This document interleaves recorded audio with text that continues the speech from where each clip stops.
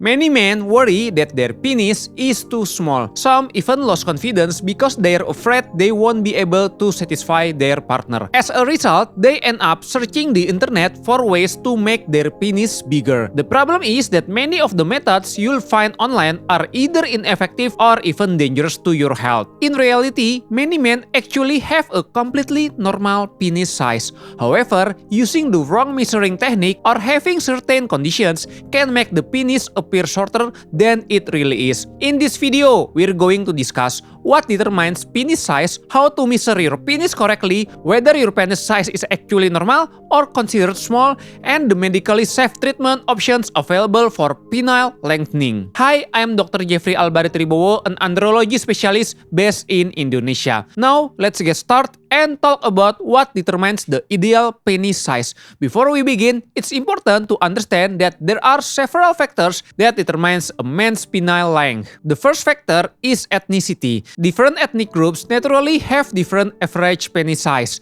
Some populations tend to have longer average penis lengths, while others tend to have shorter average. This is completely normal. Think about height as an example. People in Europe are generally taller than people in many Asian countries. Does that mean Asians are abnormally short? Of course not. It simply means that every population has its own normal average height. The problem is that many men become insecure about their penis size because they compare themselves to what they see in adult films. Most adult film actors comes from Europe, Africa, or America, where you'll often see men with exceptionally large penis. Obviously, these individuals should not be used as the standard of what's considered normal.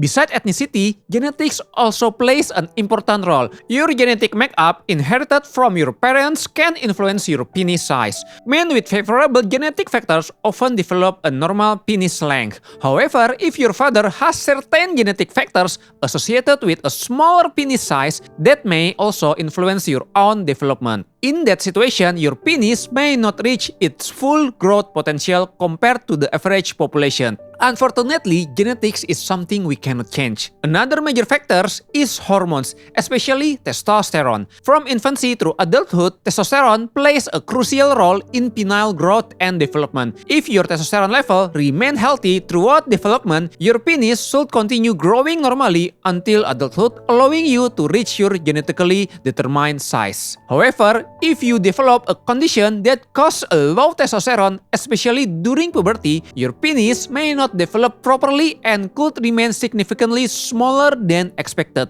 In fact, I've treated adult patients around 30 years old whose testosterone deficiency resulted in an extremely small penis, measuring only about 3 centimeters in length. This is certainly not something that should be ignored. Your overall health also plays an important role. For example, obesity from childhood through adulthood can negatively affect penile development. Remember, the penis grows most rapidly during puberty. But if a boy is severely overweight or obese, during that period, testosterone production is often reduced. As a result, the body cannot produce enough testosterone to support normal penile growth, and the penis may fail to reach its full developmental potential. Finally, be cautious about long-term exposure to environmental chemicals. Today, we are surrounded by various chemical exposures, from air pollution and cigarette smoke to radiation and many other environmental contaminants. Long-term exposure to these substances may interfere with the body's hormonal balance, particularly testosterone production. As a result, normal penile development can also be affected. Now, let's talk about the correct way to measure your penis. Believe it or not, many men measure their penis, but they often do it the wrong way. There are actually 3 different methods of measuring penis length. The first method is measuring it while it's flaccid. You simply measure from the base of the penis to the tip of the glans while it's in a relaxed state. However, I don't really recommend measuring your penis when it's flaccid. That's because there are 2 common penis types, growers and showers. A grower looks relatively small when flaccid but becomes much longer during an erection. A sour penis, on the other hand, already appears relatively long even when flaccid. In other words, it shows off its size even before becoming erect. Men with grower-type penis often become unnecessarily insecure because when they measure themselves while flaccid, their penis look quite small. But this doesn't mean that they have an abnormal penis size. It's simply a normal variation. Their penis appears smaller while flaccid but reach a normal length once fully erect. That's why I don't recommend using the flaccid measurement. It can be quite misleading. The second method is measuring the penis while it's fully erect. First, you need to achieve a full erection through stimulation. Once the erection is at maximum rigidity, measure from the base of the penis to the tip of the glans. The downside of this method is that it's rather inconvenient. Imagine me as a doctor trying to examine a patient. I'd have to ask him to get an erection first, either by giving medication or by having him stimulate himself. That's obviously not very practical or comfortable, although it's easier if you are measuring yourself at home. The method I recommend the most is the third one, called stretch penile length. With this method, you gently stretch the penis to its maximum length and then measure it. Stretch penile length is considered a very reliable estimate of your true erect length, whether you are a grower penis or a shower penis. It is also much easier for doctors because the patient doesn't need to have an erection during the examination.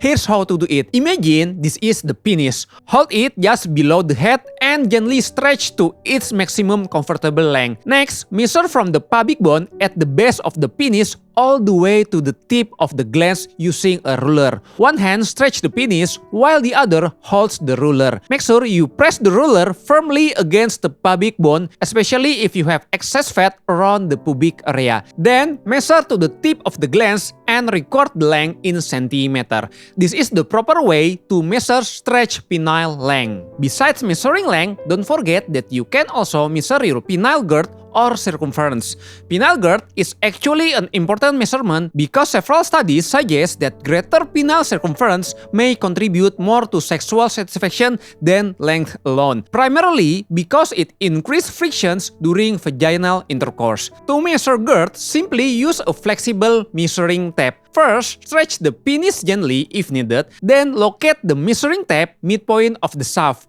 Wrap the measuring tape around the middle of the shaft and record the circumference in centimeter. So, don't just measure your length, measure your girth as well. Now, the question is, what is considered a normal penis size? The answer depends on several factors, particularly age and ethnicity. In general, penis growth continues throughout puberty and usually reaches its maximum length around the age of 18. When we compare penile length across different populations, research has found noticeable difference between continents. According to published studies, men from South America have the longest average stretch penile length, measuring approximately 15.6 cm. Second is North America with an average of 13.75 cm. Third is Europe averaging 13.4 cm. Fourth is Africa with an average of 12.15 cm. Finally, Asia has the shortest average stretch penile length at approximately 11.6 cm. So yes, as Asian men, we have to understand that this is simply what the research shows. On average, Asian men tend to have shorter penile length than men from some other regions of the world. This is matter of population average, not individual health. As for penile girth itself, based on my clinical experience, the average circumference is around 9 to 10 centimeters. So, have you measured your own penile circumference yet? Don't forget to check it as well. Now, let's move on to the question that everyone has been waiting for. Does penis size actually matter when it comes to sexual satisfaction? The answer is not as much as most people think. Once your penis falls within the normal range, that is generally more than sufficient. There's no need to feel insecure or believe you need a penis that is 15 to 20 centimeters long, because that's simply not realistic for most men. If your goal is to satisfy your partner, you need to understand female anatomy. The majority of the nerve endings responsible for sexual pleasure are located in the outer one-third of the vagina, roughly 3 to 4 centimeters from the vagina vaginal opening. Even the G-spot is located within this outer third. That's why having a 15 cm penis isn't necessary. As long as your penis size is within the normal range, it is actually more than enough. What's matter far more is your sexual function. How strong are your erections? Do you have premature ejaculations or other ejaculation problems? If your erections are firm, your libido is healthy, and your ejaculation timing is normal, that's already enough to provide satisfying sexual intercourse. And if you also understand good sexual techniques and how to please your partner, that's even more important. So, don't focus on having a bigger weapon if you don't know how to use it. The real goal should be optimizing your sexual health while learning how to satisfy your partner. Okay, before we continue, I'd really appreciate it if you could click the subscribe button below. Because data from my YouTube analytics showed that only about 8% of my viewers are actually subscribed. So please double check whether you already subscribed or not. Now, let's continue by discussing medical conditions that can make the penis appear small. This is important because many men believe they have a small penis. The first thing you need to understand is that sometimes the problem is psychological, not physical. In other words, the penis is actually completely normal in size, but the man is never satisfied. He constantly feels that the penis is too small. Certain psychological conditions, anxiety, or body image issue can distort the way someone perceives their own penis size. Another reason is perspective. When you look at someone else's penis, you're usually viewing it from the front, but when you look at your own penis, you're looking down from above. From the angle, it naturally appears shorter. If you also have thick pubic hair, it can make the penis appear even smaller even though its actual size is completely normal. That's why measuring your penis correctly is so important. If you measured it properly and it's within the normal range, there is really no reason to feel insecure. Remember, that's already sufficient for satisfying a partner. Another condition you should know about is buried penis. A buried penis is exactly what it sounds like. The penis becomes hidden beneath surrounding tissue. I commonly see this in men with severe obesity. These men may actually have a completely normal penis length, but excessive fat around the lower abdomen and pubic area push the penis inward, making it appear much shorter. The more body fat there is, the more hidden the penis becomes. Sometimes only the glands remain visible, making the penis looks extremely small. In this case, the most important treatment is weight loss. As the fat around the pubic area decrease, more of the penile shaft become visible again. However, there's another condition called micropenis. Unlike a buried penis, micropenis is a genuine medical condition where the penis is significantly shorter than the normal range. To diagnose micropenis, we first have to measure the stretched penile length correctly. The normal range differs between children and adults. For children, I use the following growth chart. The measurement technique is exactly the same. Measure the penis while it's gently stretched.